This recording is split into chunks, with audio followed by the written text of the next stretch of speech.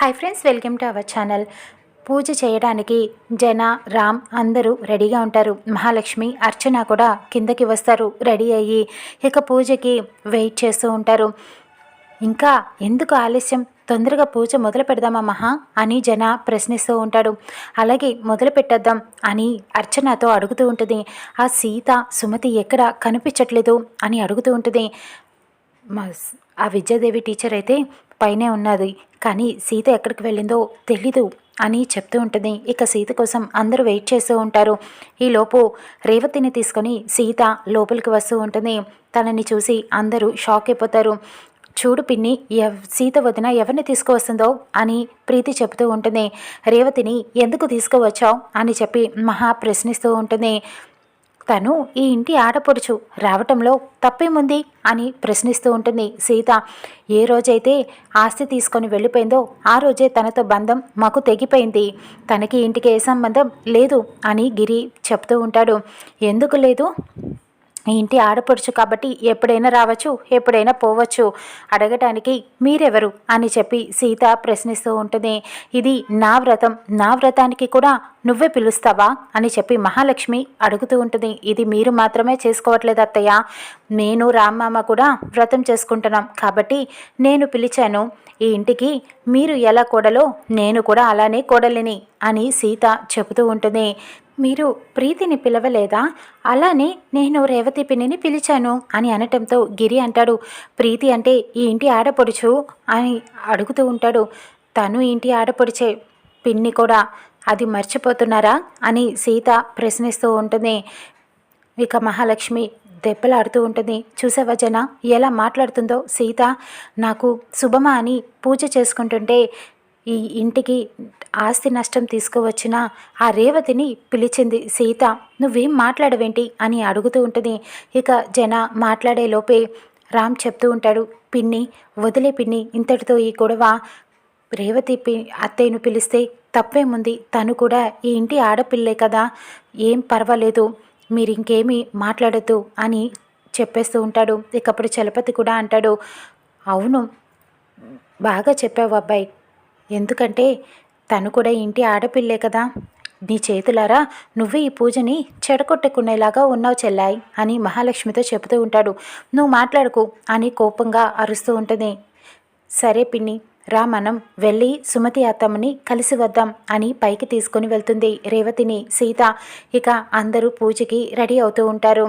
చూసావా ఎలా మాట్లాడుతుందో ఆ సీత, విద్యాదేవిని పట్టుకొని సుమతి సుమతి అని అంటుంది అని కోప్పడుతూ ఉంటుంది. ఇక వదిలేసే అని జన అనటంతో ఇక మహాలక్ష్మి కామైపోతుంది. పైకి తీసుకువెళ్ళి రేవతిని సుమతి దగ్గరికి తీసుకెళ్తుంది. అత్తమ్మ ఎవరు వచ్చారో చూడండి అని చెప్పి అడుగుతూ ఉండటంతో రేవతిని చూసి చాలా సంతోషపడుతూ ఉంటుంది సుమతి. బాగున్నారా టీచర్ అని అనబోయి మళ్ళీ బాగున్నారా వదిన అని అడుగుతూ ఉంటుంది రేవతి. నాకు సీత మీ గురించి మొత్తం అంతా చెప్పింది అని అనటంతో, నాకు ఈ ఇంట్లో ఆస్తి కావాలని ఏమీ లేదు రేవతి, కానీ నాకు ఈ ఇంట్లో స్థానం కావాలి అంతే.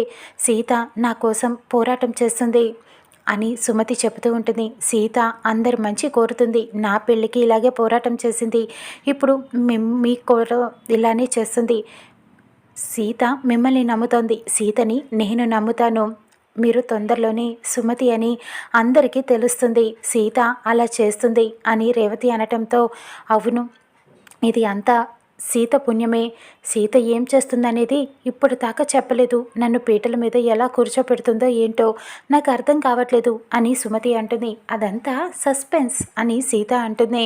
ఆ సస్పెన్స్ చూడాల్సిందే అని అనటంతో ముగ్గురు మాట్లాడుకుంటూ ఉంటారు. మహాలక్ష్మి, అర్చన ఇద్దరు కలిసి ప్లాన్ చేస్తూ ఉంటారు. ఎలాగైనా సరే సీత వచ్చేలోపు మహా మీరు కూర్చుని పోని బావగారితో కలిపి పీటల మీద ఈలోపు పూజని మొదలు పెట్టేసే, అప్పుడు సీత ఏమీ చెయ్యలేదు కదా అని అనటంతో, అవును మంచి మాట చెప్పావు జన, ఈలోపు మనం కూర్చుందామా, సీత వచ్చాక వాళ్ళిద్దరూ కూర్చుంటారు, మనం ఈలోపు పూజ స్టార్ట్ చేద్దాం అని చెప్పి జనాని తొందరపెట్టి పీటల మీద కూర్చుంటుంది. ఇక పూజ మొదలు పెట్టడంతోనే జనాకి ఫోన్ కాల్ వస్తుంది. ఇప్పుడే వస్తానుండు మహా అని చెప్పి ఫోన్ మాట్లాడుతూ అలా బయటికి వెళ్తాడు. ఎంతసేపైనా జన రాడు. ఇక్కడ మహాలక్ష్మి వెయిట్ చేస్తూ ఉంటుంది. ఏంటి బావ ఇంకా రావట్లేదు అని చెప్పి చలపతి అంటూ ఉంటాడు. ఇక గిరి కూడా అవును కదా, వెళ్ళి పిలవన అన్నయ్యని అని అడుగుతూ ఉంటాడు. అమ్మ తొందరగా రండి, రాహుకాలం మొదలైపోతుంది, తొందరగా రమ్మని చెప్పండి అని పంతులు గారు కూడా కంగారు పెడుతూ ఉంటాడు. బావకి నీ పక్కన కూర్చొని పూజ చేయటం ఇష్టం లేదేమో చెల్లాయ్, అందుకే వెళ్ళిపోయాడేమో అని చలపతి అంటాడు. అదేం మాటలు అని గిరి కోప్పడుతూ ఉంటాడు. ఇక ఇంతలోపు మహాలక్ష్మి వెళ్ళి పిలిచేలోపే జన సుమతితో కలిసి పైనుంచి మెట్లు దిగుతూ కిందకి వస్తాడు. జంటగా సుమతితో కలిసి ఇక అందరూ ఒక్కసారిగా సుమతిని జనాని అలా జంటగా చూసి షాక్ అయిపోతారు. ఇంటర్వెల్ సీన్ అదిరింది. విద్యాదేవి అలియాస్ సుమతితో మా బావ వచ్చేస్తున్నాడు జంటగా అని చెప్పడంతో మహాలక్ష్మి, అర్చన అందరూ షాక్ అయిపోతారు. రామ్ కూడా ఆశ్చర్యంగా చూస్తూ ఉండిపోతాడు. సీత దగ్గరుండి వాళ్ళిద్దరిని తీసుకొని వస్తుంది పూజలో కూర్చోబెట్టడానికి. జన ఏం చేస్తున్నావు, నువ్వు విద్యాదేవితో కలిసి వచ్చావేంటి అని చెప్పి అడుగుతూ ఉంటుంది. జన మౌనంగా ఉండిపోతాడు. ఇకప్పుడు గిరి అడుగుతూ ఉంటాడు, ఏంటి నువ్వు కూడా ఒకటైపోయావా అన్నయ్య, సీత మాటలు విని కన్విన్స్ అయిపోయావా, తనతో వచ్చావేంటి జంటగా అని ప్రశ్నిస్తూ ఉంటాడు. ఇక అర్చన కూడా అంటుంది, బావగారు మీ పక్కన ఉన్నది సుమతి కాదు, విద్యాదేవి టీచర్ అని చెప్తూ ఉంటుంది. జన ఏంటిది, ఏం మాట్లాడవేంటి అని చెప్పి అడుగుతూ ఉంటుంది. మహాలక్ష్మి, మహా నువ్వు నోరు మొయ్ అని గట్టిగా అరుస్తూ ఉంటాడు. తిను సుమతియే అని అనడంతో అందరూ షాక్ అయిపోతారు. నువ్వు సీత మాటలని నమ్మేస్తున్నావా నాన్న, నా పెళ్ళిలో కూడా సీత వదిన ఇలాని మోసం చేసి పెళ్ళికి కూర్చోపెట్టింది, కన్యాదానం చేయించింది, ఇప్పుడు కూడా ఇలానే చేస్తుందేమో అని చెప్పి అనటంతో మీరు ఎవరు ఏమీ మాట్లాడద్దు, ఈ పూజ జరుగుతుంది అంతే, నేను సుమతి కలిసి ఈ వ్రతంలో కూర్చుంటున్నాం, తనే నా భార్య సుమతి అని చెప్పటంతో అందరూ ఆశ్చర్యంగా చూస్తూ ఉండిపోతారు.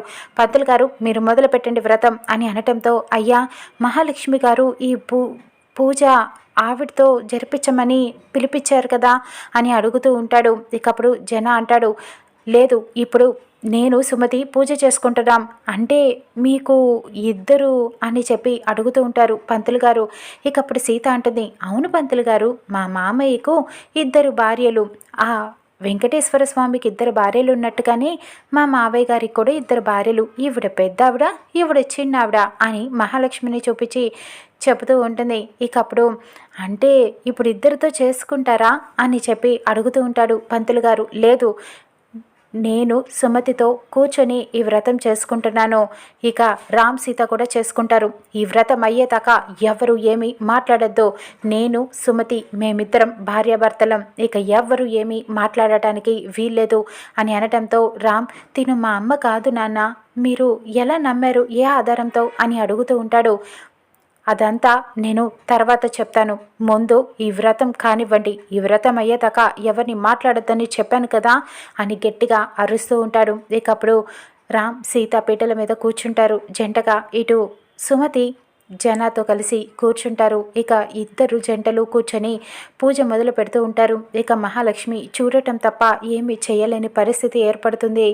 ఇకప్పుడు చలపతి సంతోషపడుతూ ఉంటాడు.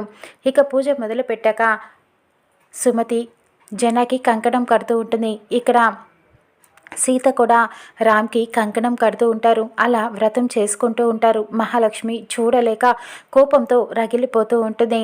ఇక రేవతి అంటుంది, చూసావా వదిన, మా పెళ్ళిని కూడా ఇలాగే ఆపుదామనుకున్నావు, జరిపించింది సీత, ఇప్పుడు నిన్ను కూడా సైడ్ చేసి సుమతి వదిని కూర్చోపెట్టింది, సీతకి ఏదైనా సాధ్యమే అని చెప్పి పొగుడుతూ ఉంటుంది.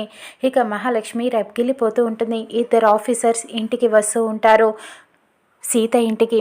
ఇక సీత ఏమి మాయ చేసి జనా పక్కన సుమతిని కూర్చోపెట్టింది రానున్న ఎపిసోడ్లో తెలుసుకుందాం.